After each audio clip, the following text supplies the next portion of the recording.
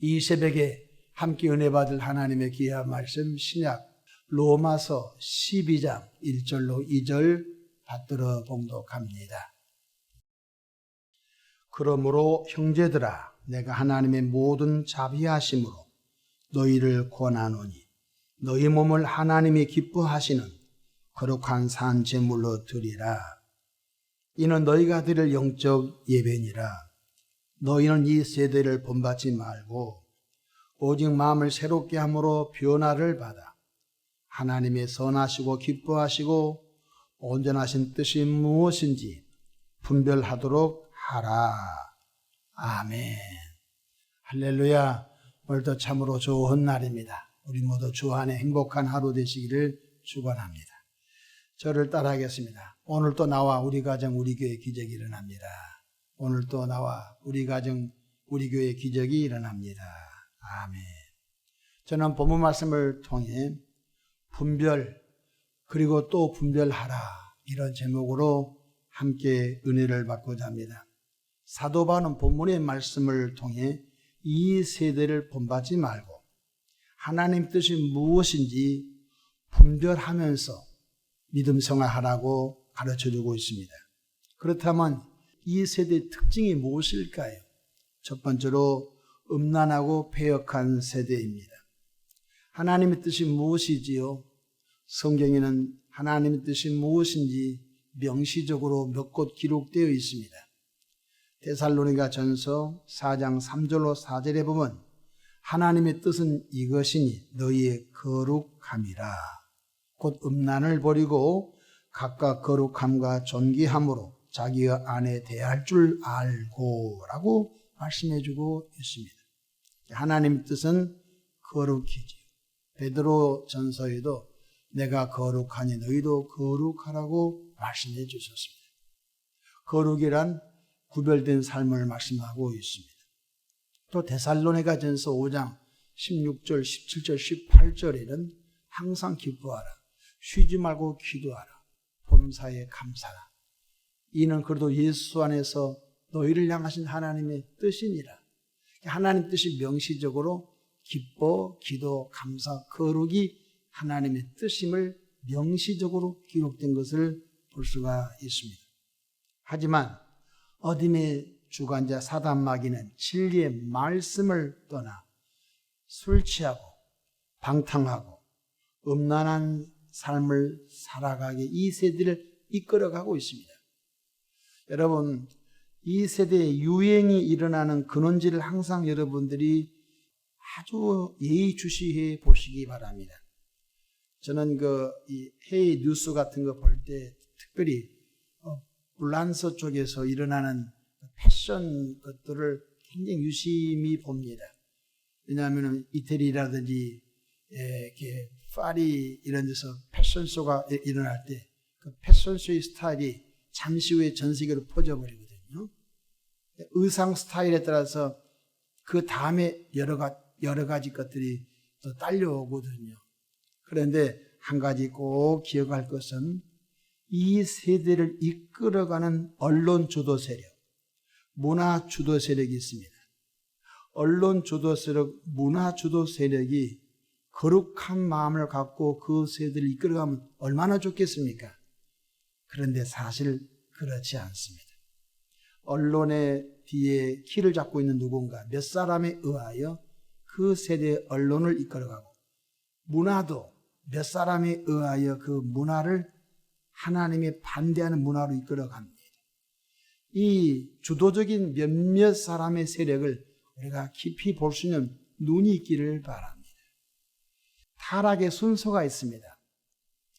잘 여러분 새겨 듣기 바랍니다. 타락은 하루아침에 되지 않습니다. 첫 번째, 조금씩 술을 좋아하게 합니다. 술이 타락의 시발점인 것입니다. 이렇게 말합니다. 술은 건강상 좋은 거지요. 많은 의사들이 얼마나 마셔야 좋냐? 하루에 반 잔 마시면 좋답니다. 모든 의사들이 이렇게 말합니다. 하루에 반 잔 정도는 어떤 포도주 반 잔 정도는 좋다. 근데 과연 반 잔 먹습니까? 아닙니다. 술이 한번 붙잡히면요, 그 터널에서 못 나옵니다. 저희 친척 가운데 한 7촌 재당석 정도 되신 분이 술이 중독돼가지고 마지막 숨이 떨어진 순간까지 술로 사신 분을 봤습니다. 술에 밥을 말아 먹고 모든 것을 술로 산 것을 보면서 그 삶이 황폐하게 노년을 보는 것을 보면서 굉장히 치가 떨렸습니다. 술이 들어가면은 두 번째 발동된 것이 뭐냐면 음란인 것입니다. 술이 들어가면은 정신을 잃어버리거든요. 그 다음에 감각적인 일을 하게 되고요. 그래서 술이 취하면 그 다음에 반드시 따라온 것들이 음란한 생각, 음란한 행동이 따라오거든요. 그 다음에 무슨 일이 벌이냐? 방탕이 와버립니다. 그리고 마지막에 패역한 삶을 살게 됩니다.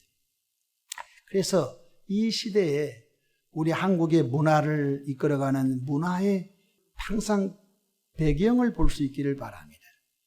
제가 이 새벽에 뭐라고 어느 거리를 거명하면은 그곳에서 이 장사라는 상권들에 대해서 미안하지만 그런 어떤 거리, 어떤 곳, 다 그 세력들이 문화 세력인 것입니다. 항상 그 음란하고 패역한 것을 볼 수 있는 눈이 있기를 바랍니다. 두 번째 우리 세대의 특징이 뭐냐면 종교다원주의, 종교혼합주의입니다. 특별히 지식층인들이 이것의 매력을 느끼고 있습니다. 그래서 돌아가신 어떤 철학자는 이것에 굉장히 몰두하다가 돌아가셨습니다. 명예훼손이니까 사자 명예훼손이니까 얘기 안 하겠습니다. 이 세대 지식인들은 모든 종교는 궁극적으로 선을 추구함으로 서로 종교를 인정하고 서로의 종교를 평등하게 보면서 왕래해야 한다. 이렇게 지식인들은 논리를 펴고 그리고 거기에 매료된 사람들은 그렇다라고 따라갑니다. 이것이 뭐냐면 혼합된 종교주의를 말한 것입니다. 그렇다면 우리는 성경의 가르침을 버려야 하는 딜레마에 빠지게 됩니다. 예수님의 가르침이 뭐죠? 성경의 가르침이 뭐죠? 모든 사람이 아담의 원죄로 죄인이다. 죄인은 하나님께 나갈 수가 없고 그러므로 죄인된 인간을 구원하기 위하여 하나님의 독생자 예수님 이 땅에 성부 하나님이 보내셨고 성자 예수님께서 십자가에서 온 인류의 죄값을 예수가 대신 담당하여 대속제물이 되어 피 흘려 죽으심을 통하여 그 예수 믿는 자에게 죄의 용서함의 복음, 그 예수를 믿는 자에게 거듭남의 복음, 그 예수를 믿는 자에게 특별히 하나님의 자녀가 되는 복음, 그 예수를 믿는 자에게 특별히 천국 복음의 그런 은혜, 또 영생의 복음의 은혜 다 선물로 주잖아요. 죄사함도 선물이요, 거듭남도 선물이요, 하나님의 자녀 구원도 선물이요, 천국 백성도 선물이요, 영생도 부활도 다 선물이지 않습니까? 이것을 부정해야 돼요. 종교가 똑같다고 한다면 저쪽이 종교도 똑같고 기독교도 똑같다고 하면은 딜레마에 빠진다 이 말이에요. 야 보십시다. 성경을 통해 주신 메시지가 몇 군데 성경을 없애야 돼요. 성경을 만약에 종교 혼합주의, 종교다원주의를 인정한다면 성경 몇 구절을 반드시 삭제해야 됩니다. 요한복음 14장 6절에 예수께서 이르시되 내가 곧 길이요 진리요 생명이니 나로 말미암지 않고는 아버지께로 올 자가. 이것을 만약에 종교가 평등하고 똑같다라고 하면 이 성경 구절을 빼내야 한 것입니다. 로마서 10장 13절에 누구든지 주의 이름을 부르는 자는 구원을 받으리라. 이 문구를 성경에서 빼냅니다. 만약에 종교가 다 똑같고 공동의 선을 주장한다고 종교 통합주의, 종교 혼합주의, 종교다원주의를 만약에 아직 은혜 받지 못한 기독교들이 그것도 좋지요라고 한다면 성경의 많은 부분을 없애야 되는 딜레마에 빠지게 된 것입니다. 사도행전 4장 12절 말씀 더 빼야 됩니다. 다른 이로서는 구원을 받을 수 없나니 천하 사람 중에 구원을 받을 만한 다른 이름을 우리에게 주신 일이 없음이라 하였다. 이 말씀도 빼내야 됩니다. 예수 외에 구원받을 다른 이름을 주지 않았다고 이 말씀을 빼내야 된 것입니다. 또한 이 말씀도 없어야 됩니다. 마가복음 16장 15절 예수님께서 주신 아주 우주적인 지상명령이죠. 또 이르시되 너희는 온 천하에 다니며 만민에게 복음을 전파하라. 이 복음의 메시지를 빼내야 된 것입니다. 그러면 지금부터 135년, 140년 전에 언더우드 선교사님 결혼하는 거 총각으로 왔죠. 아펜젤러 부부는 결혼해서 들어왔죠. 그분들이 28 젊은 나이에 들어왔습니다. 미국에서 대학을 졸업하고 은혜 받고 우리는 조선 땅에 복음을 전하겠다고 태평양을 건너왔습니다. 이분들이 올 필요가 없습니다. 왜? 종교가 우리 그때 당시 우리 한국이 천도교가 대세였습니다. 여러분 3.1운동 때 천도교는 100만 명이었고 기독교는 고작 한 15만 명 정도 됐습니다. 15만 명 가운데 33인 가운데 16명이 기독교인입니다. 보십시오. 굳이 종교가 다 똑같으면은 선교사가 여기 와서 목숨 걸고 풍토병으로 죽을 필요가 없지 않습니까?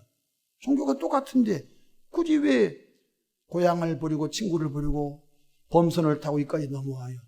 할 필요 없지 않습니까? 왜 아마존 정글에 가서 복음 전하다 식인종에게 잡혀먹어요? 할 필요 없지 않습니까? 복음이 모든 종교가 똑같다고 한다. 그래서 오늘 이 시대 지식인들은 아주 고상한 마귀 꾀임에 넘어가서 하버드대를 졸업했네. 그래서 세상적인 아주 공부는 많이 했을지라도 그들의 사상이 거의가 다 바로 이 세속의 지식의 염색체에 완전히 염색이 돼가지고 종교는 똑같다. 기독교 복음을 전하는 것은 오히려 사람을 평화롭지 못하게 하고 불안하게 하다. 그래서 전도할 필요가 없다라고 오늘 기독교인들도 많이 넘어가고 있습니다. 오늘 그런 것을 우리가 분별하는 눈이 있기를 주의 이름으로 축원합니다. 극도로 2세대는 개인주의에 빠져 있습니다. 우리 한국도 1인 가구 급증으로 인하여 가정 개념이 이미 사라졌습니다. 서울도 1인 가구가 60% 이른다고 하지 않습니까? 이전에는 대형 아파트를 좋아했습니다. 60평, 50평. 식구들이 막 모여들어서 명절 때 확 착적을 하고. 우리 집은 방이 4개다. 부러워하고. 큰 아파트 막 다들 부러워하고. 요즘은 큰 아파트 가치가 별로 없잖아요. 역세권에 있는 1인 원룸, 오피스텔 인기 좋지 않습니까? 관리비도 안 나가고. 그래서 다 요즘 역세권에 있는 원룸이 히트치는 아주 그리고 재테크할 수 있는 좋은 그런 소재거리가 된다고 하지 않습니까? 기억하십시오. 1인 가구 급증으로 인하여 타치 안 받고 좋지요. 근데 오는 것이 뭐냐면 가정 개념의 파괴입니다. 이모 개념이 없습니다. 고모 개념이 없습니다. 외종, 외갓집의 개념이 없습니다. 개념이 없습니다. 사촌 개념이, 사촌이 뭐지요? 오촌 당숙이 뭐죠? 개념이 없습니다. 육촌간? 육촌을 설명을 못하는 거예요. 가정제도가 다 망가져 가고 있습니다. 그래서 인간성 상실인 것입니다. 사람은 혼자는 좋습니다. 근데 인간성 상실로 고독사가 옵니다. 우리 한국도 복지가 촘촘하게 되어 있다고 하는데 며칠 동안 공원에 안 나와요. 그래서 경찰에 신고해서 가서 방문을 열어보면요. 돌아가신 지 3개월 정도 추정되고 그래서 뼈만 남아있는 그런 고독사의 가정들을 많이 봅니다. 정부에서는 고독사를 위하여 각 지자체마다 바로 장례를 치러집니다. 국가가 지자체에서 장례 치러집니다. 양천구에서 고독사를 당하면요. 구청에서 돈을 내서 그 사람의 장례를 치러집니다. 무용고. 그래서 오늘 이 시대는 마지막에 죽으면서도 울어줄 사람이 없는 함께 마지막을 배웅할 수 없는 그런 시대에 살고 있는 것을 볼 수 있습니다. 과연 하나님은 홀로 두게 했을까요? 아닌 것입니다. 하나님께서 인간을 공동체로 존재하도록 창조하셨습니다. 에덴 동산에 아담 한 사람을 두게 하셨을 때 아담의 삶이 독처함으로 하와를 통하여 부부로 살게 하셨습니다.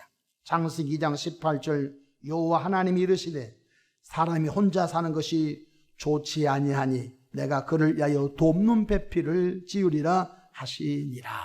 창세기 2장 24절 이러므로 남자가 부모를 떠나 그의 아내와 합하여 둘이 한 몸을 이룰지로다. 하나님께서 결혼 제도를 남자와 남자로 살게 하지 않고 여자와 여자로 살게 하지 않고 하나님은 성경에 남자와 여자를 한 몸 되어 부부 제도를 만드신 줄로 믿으시기를 바랍니다. 부부로 살게 했는데 또 그 가운데 하나님이 자녀를 낳게 명령했습니다. 생육하라, 번성하라, 그 자녀가 땅에 충만하라고 명령했습니다. 오늘 우리 초저출생 국가는 뭡니까? 성경을 떠난 비성경적인 어떤 세력에 의하여 이 한국이 망가진 것입니다. 국가가 성경을 거부하는, 성경을 모르는 누군가가 보건부에 들어가서 누군가가 그 대통령을 이렇게 국가 정책을 펼 때 아들, 딸 구별 말고 한 명만 납시다. 이 선전, 이 캐치프레이를 걸고 그 모든 뉴스와 모든 영화를 볼 때마다 첫 번째 대한민국 뉴스가 아들, 딸 구별 말고 하나만 남아서 키우십시다. 누군가 비성경적인 그런 가르침을 가지고 국가를 세뇌시킨 것입니다. 그 세대 국가로부터 아들, 딸 구별 말고 하나만 낳으십시다 세뇌된 사람들이 우리 세대에 들어오면서 자식을 안 낳아버린 것입니다. 자식은 골치 아픈 거다. 그래서 안 낳기 시작한 것입니다.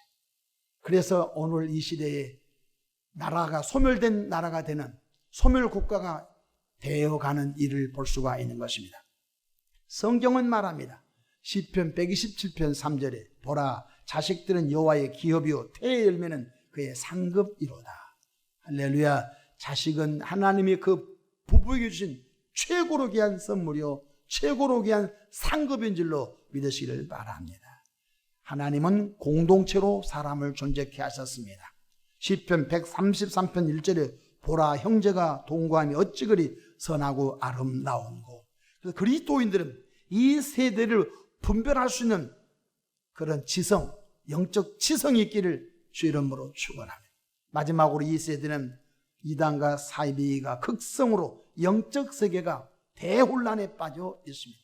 14만 4천 명이 되면 새로운 하늘 새 땅이 된다고 새벽마다 교회 앞에 전단지를 깔아놨습니다. 그것이 무료 성경 신학원입니다. 광명에 어디 가면 무료 성경 신학, 무료로 신학을 공부하다니까 한국의 그 세대에 많은 사람들이 가방끈은 짧고 먹고 살기 바빠서 신학은 못 갔는데 무료로 신학을 가르쳐 준대 해가지고 거기에 새벽기도 열심히 나온 사람들이 교회 앞에 광고 전단지 보고 목사님 몰래 가서 양육을 받고 있는 그것이 바로 무엇입니까? 오늘의 교회를 망가뜨리는 그 주도적인 그 세력 아닙니까? 가평에서 그 지도자가 거기 교주가 자기가 재림주 예수라고 정말로 생각지 못한 일을 벌이지 않습니다. 잠실 주 경기장에서 재림주 예수가 백마를 타고 어디서 말을 하얀 걸 어디서 사다가 임대해서 그걸 태워가지고 머리에 왕관을 씌워가지고 저분이 바로 백마 타고 온 자라고 그를 경배하고 있는 웃지 못할 일이 있지 않습니까? 그것은 2000년 기독교 역사 가운데 수도 없이 있다가 없어지고 있다가 없어진 거 아닙니까? 그래서 주님이 말씀하십니다. 바로 그날이 되면은 사람들의 미혹을 받지 않도록 주의하라 말씀해 주고 있는 거 깨닫기 바랍니다. 요한일서 4장에는 주님께서 영들을 다 믿지 말라. 영들이 하나님께 속하여나 분별하여 보라고 하신 줄로 믿으시기 바랍니다. 저 사람이 예수 영에 붙들려 있는지 저 사람이 이단의 영에 붙들려 있는지 저 사람을 분별하는 거예요. 뭘 저 사람 나에게 접근해서 나의 신앙을 무너뜨리려고 하는 건지 분별하라는 거예요. 우리가 음식을 간을 본다고 하지 않습니까? 이 음식이 너무 짠가 싱거운가 대충 간을 보고 그 다음에 우리가 설렁탕을 먹을 때에 자기가 취향에 맞게끔 소금을 좀 더 넣고 간을 맞춰서 하지 않습니까? 그런 거예요. 싱거우면 조금 더 넣고 조금 너무 많이 넣었으면 뭐 주인에게 이렇게 설렁탕 국물을 좀 더 달라고 해서 희석시켜서 먹으면 되지 않습니까? 음식은 분별할 줄 알면서 왜 영적인 것은 분별하지 못해? 주님이 말씀해 주고 있어요. 적그리스도의 영이 사도 요한 선생님이 일할 그때부터 왔다고 했어요. 그러면 적그리스도가 누굽니까? 육체로 오신 예수를 부정한 자가 적그리스도라고 말씀해 주고 있어요. 수도 없이 이렇게 말합니다. 하나님이 나를 재림주 예수로 보냈다.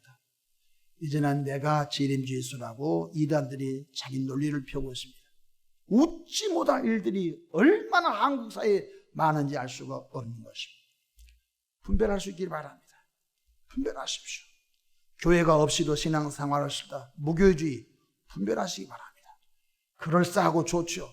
교회를 위해서 헌신할 것도 없고 교회 없이도 신앙생활 할 수 있다고. 그럼 물어보십니다. 부모 없이 살 수 있습니까? 살 수 있지요. 그냥 고아로 살 수 있죠. 근데 정상적인 인격을 갖고 그럴 수 있습니까? 사람이 뻥 뚫린 구멍처럼 이 속에 허전함을 채울 수가 없는 것입니다. 신앙생활은 반드시 집이 필요합니다. 그 집이 바로 하나님의 몸된 교회인 줄로 믿으시기 바랍니다. 교회에서 목사를 통해 양육을 받고 교회에서 사랑으로 보호받고 또 진리의 말씀으로 인도함 받고 성도와 성도가 교제를 하면서 외로울 때 위로받고 또 고통을 당할 때 격려해 주면서 생명의 길로 서로 앞서거니 뒤서거니 가게 된 것이 신앙 공동체라는 사실을 잊지 않기를 축원합니다. 그렇다면 우리들이 이 세대에 어떻게 살아가야 복잡한 시대, 음란하고 폐역한 세대, 극도로 개인주의 세대뿐만 아니라 이단과 사이비가 판을 치는 시대, 종교가 다 똑같으니까 전도할 필요가 없다, 그런 논리를 펴는 이 세대에 어떻게 신앙 지키면서 살아갈 수 있습니까? 오늘 12장 1절 말씀 보십시다. 그러므로 형제들아 내가 하나님의 모든 자비하심으로 너희를 권하노니 너희 몸을 하나님이 기뻐하시는 거룩한 산 제물로 드리라. 이는 너희가 드릴 영적 예배니라. 자나깨나 영과 진리로 예배의 성공자가 되기를 주의 이름으로 축원합니다. 예배는 몸이 나와야 됩니다. 우리가 코로나를 통하여 우리가 비대면이라는, 신학에서는 비대면이 없습니다. 비대면 예배라고 하나요? 유튜브, 인터넷 예배, 그런 브라운관 앞에서 보는 예배 아닌 것입니다. 성경은 너희 몸을 거룩한 산제물로 구별하여 너희 몸을 하나님께 예물로 드리라 말씀해 주고 있으니 예배가 회복되기를 주의 이름으로 축원합니다. 할렐루야. 뿐만 아니라 하나님의 선하시고 기뻐하시고 온전하신 뜻이 무엇인지 분별하면서 깨어 기도하여 성령 충만하여 또 누군가에게 복음 전해주고 누군가에 또 복음 전해주고, 그래서 복음의 불길이 확산되어 많은 비신자들이 예수 믿고 구원받아 하나님의 백성들 이 땅에서 하나님의 나라 이루어 주 예수 재림할 때 거룩한 한 번도 경험하지 못한 새하늘과 새 땅이 이루어지는 천년왕국에 나가기를 주 이름으로 축원합니다. 기도하겠습니다. 좋으신 하나님 우리 아버지, 은혜와 크신 사랑을 감사합니다. 또 분별하고 또 분별하는 은혜를 주옵소서. 영적 지각을 동원하여 분별하고 그리고 또 분별할수록 복을 나려 주옵소서.